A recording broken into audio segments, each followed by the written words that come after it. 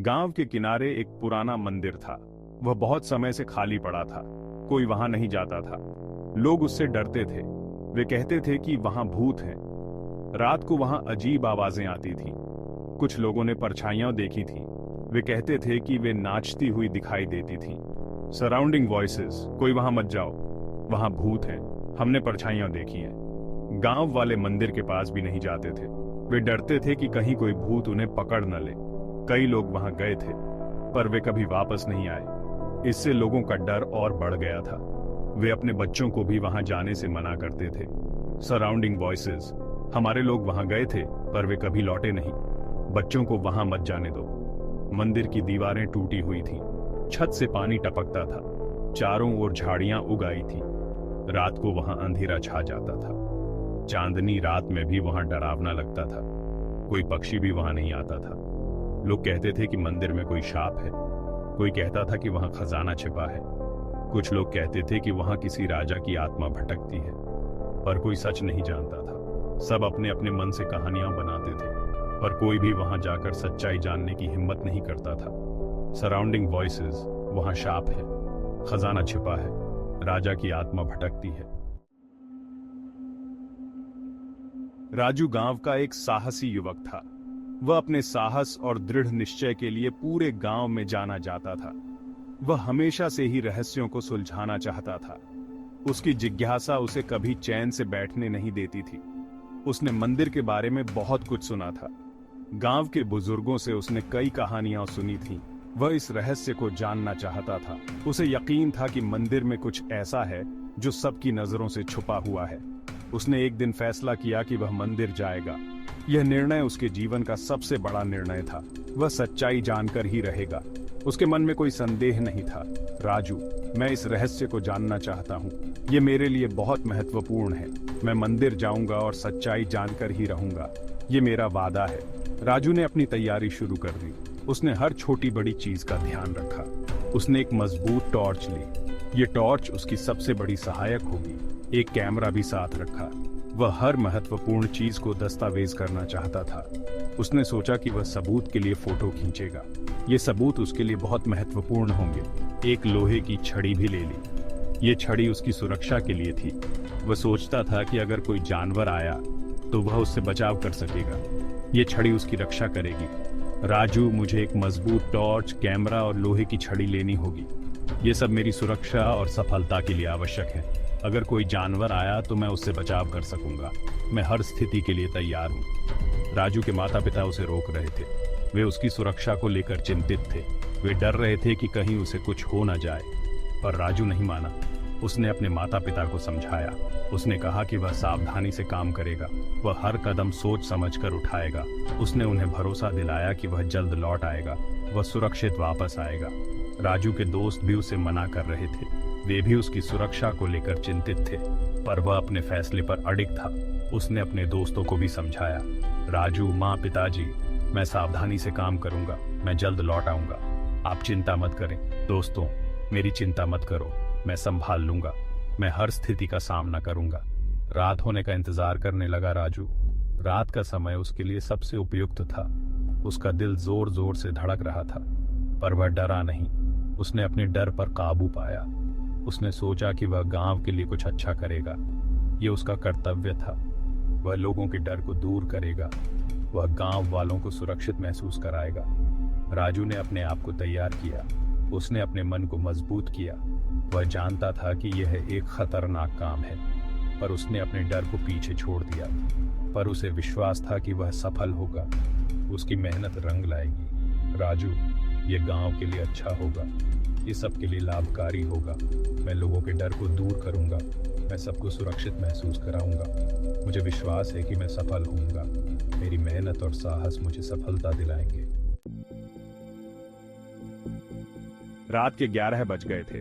आसमान में बादल छाए हुए थे और चांद की रोशनी भी धुंधली हो गई थी। राजू धीरे धीरे मंदिर की ओर बढ़ा। उसके कदमों की आवाज भी जैसे डरावनी लग रही थी। उसके हाथ में टॉर्च थी। टॉर्च की रोशनी में मंदिर की पुरानी दीवारें और भी भयानक लग रही थीं। कैमरा और लोहे की छड़ी भी साथ थे। ये चीजें उसे सुरक्षा का एहसास दिला रही थी। रास्ते में कोई नहीं था। सन्नाटा छाया हुआ था। हवा भी जैसे थम गई थी। दूर कहीं कुत्ते भौंक रहे थे। उनकी आवाजें और भी डरावनी लग रही थीं। राजू, सब कुछ शांत है, लेकिन यह शांति भी अजीब सी लग रही है। बस दूर कहीं कुत्ते भौंक रहे हैं। ये आवाजें भी जैसे किसी अनहोनी का संकेत दे रही थीं। मंदिर के पास पहुंचते ही राजू को अजीब सी आवाज सुनाई दी, जैसे कोई उसे बुला रहा हो, जैसे कोई फुसफुसा रहा हो। यह आवाजें और भी रहस्यमयी थीं। उसने इधर उधर देखा, कुछ नहीं दिखा, लेकिन आवाजें अब भी आ रही थीं। उसने सोचा कि शायद हवा की आवाज होगी, लेकिन मन में संदेह था। वह आगे बढ़ा। मंदिर का गेट खुला हुआ था। वह अंदर घुस गया। अंदर का माहौल और भी डरावना था। राजू, ये फुसफुसाने की आवाजें कैसी हैं? क्या ये सच में हवा है? शायद हवा की आवाज है, लेकिन ये आवाजें बहुत अजीब हैं। अंदर घुप अंधेरा था। राजू ने टॉर्च जलाई। टॉर्च की रोशनी में मंदिर और भी भयानक लग रहा था। उसकी रोशनी में उसने देखा कि चारों ओर धूल और मकड़ी के जाले थे। यह दृश्य और भी डरावना था। फर्श पर पत्तियां बिखरी थीं।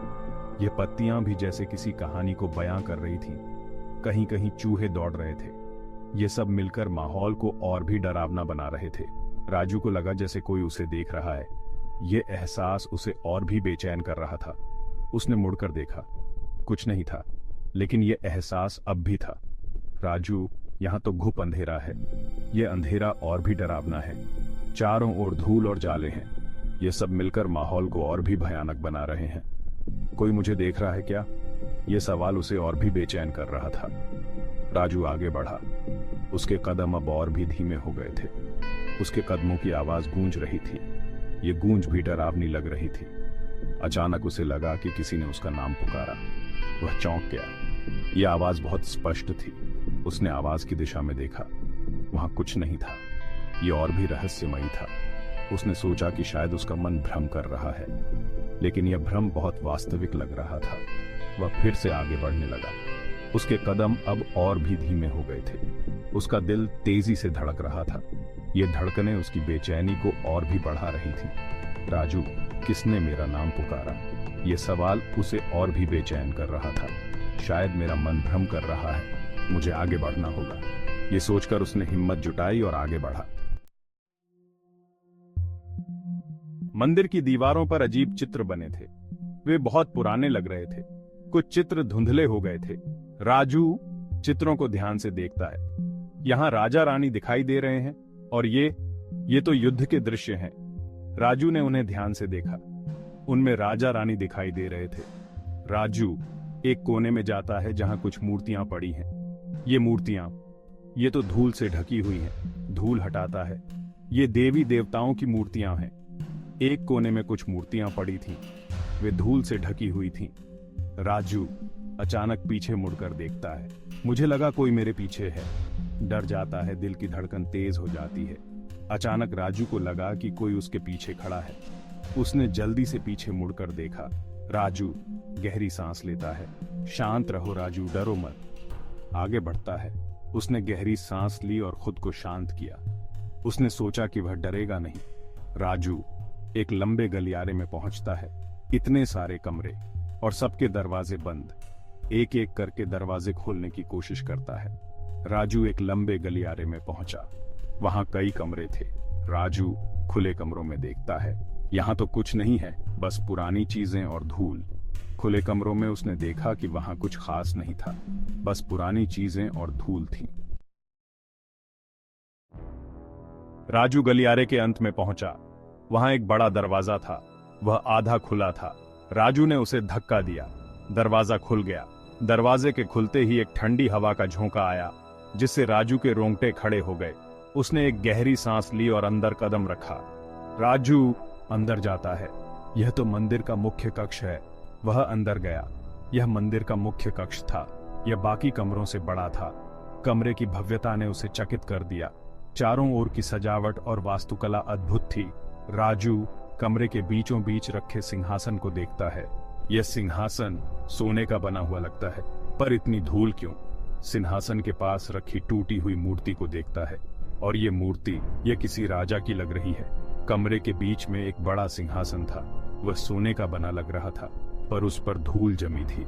सिंहासन के पास एक बड़ी मूर्ति थी, वह टूटी हुई थी। राजू ने उसे ध्यान से देखा। वह किसी राजा की मूर्ति लग रही थी। मूर्ति की आंखों में एक अजीब सी चमक थी, जैसे वह कुछ कहना चाह रही हो। राजू चारों ओर देखता है। दीवारों पर पेंटिंग्स। एक कोने में रखे दर्पण को देखता है। यह दर्पण बहुत पुराना लग रहा है। राजू ने कमरे में चारों ओर देखा। दीवारों पर बड़ी बड़ी पेंटिंग्स थीं। उनमें राजा, रानी और दरबारी दिखाई दे रहे थे। एक कोने में एक बड़ा दर्पण था। वह बहुत पुराना लग रहा था। पेंटिंग्स में दिखाए गए दृश्य बहुत ही जीवंत थे, मानो वे अभी भी जीवित हों। राजू दर्पण के पास जाता है और अपना चेहरा देखता है। राजू उसके पास गया। उसने दर्पण में अपना चेहरा देखा। दर्पण में उसकी छवि धुंधली थी, लेकिन उसने ध्यान से देखा तो उसे कुछ अजीब लगा। राजू अचानक डर जाता है। यह क्या? दर्पण में कुछ हिला। ध्यान से देखता है। मेरे पीछे एक परछाई। पीछे मुड़कर देखता है, लेकिन वहां कुछ नहीं होता। राजू का दिल तेजी से धड़कने लगा। उसने फिर से दर्पण में देखा। राजू फिर से दर्पण में देखता है। परछाई गायब। माथे पर पसीना आ जाता है। उसने फिर से दर्पण में देखा। परछाई गायब हो गई थी। राजू के माथे पर पसीना आ गया। उसे समझ नहीं आ रहा था कि यह सब क्या हो रहा है। राजू खुद को संभालता है। घबराना नहीं है राजू, शांत रहो। आगे बढ़ता है। उसने अपने आप को संभाला और आगे बढ़ा। उसने खुद से कहा कि उसे हिम्मत नहीं हारनी चाहिए। यह रहस्यमय कक्ष उसे कुछ बताने की कोशिश कर रहा था और उसे इसका पता लगाना था। राजू ने एक बड़ी पेंटिंग देखी। उसमें एक राजा और रानी थे। उनके नीचे नाम लिखा था, राजा विक्रम और रानी सुरेखा। राजा की आंखें बहुत जीवंत लग रही थीं। ऐसा लग रहा था जैसे वे राजू को देख रहे हों। राजू को अजीब सा लगा। राजू कैमरे से पेंटिंग की फोटो खींचता है। राजू ने कैमरे से पेंटिंग की फोटो खींची। राजू डर जाता है। राजा की आंखें हिल गईं। फिर से देखता है। शायद मेरा वहम होगा। अचानक उसे लगा कि राजा की आंखें हिली। वह डर गया। उसने फिर से देखा। आंखें वैसी ही थीं। राजू ने सोचा कि शायद उसकी आंखों का भ्रम होगा। राजू पेंटिंग को ध्यान से देखता है। वह पेंटिंग को ध्यान से देखने लगा। राजू, राजा के हाथ में तलवार, रानी के गले में हार और उनके पीछे यह महल। पेंटिंग में राजा के हाथ में एक तलवार थी। रानी के गले में एक सुंदर हार था। उनके पीछे एक बड़ा महल दिखाई दे रहा था।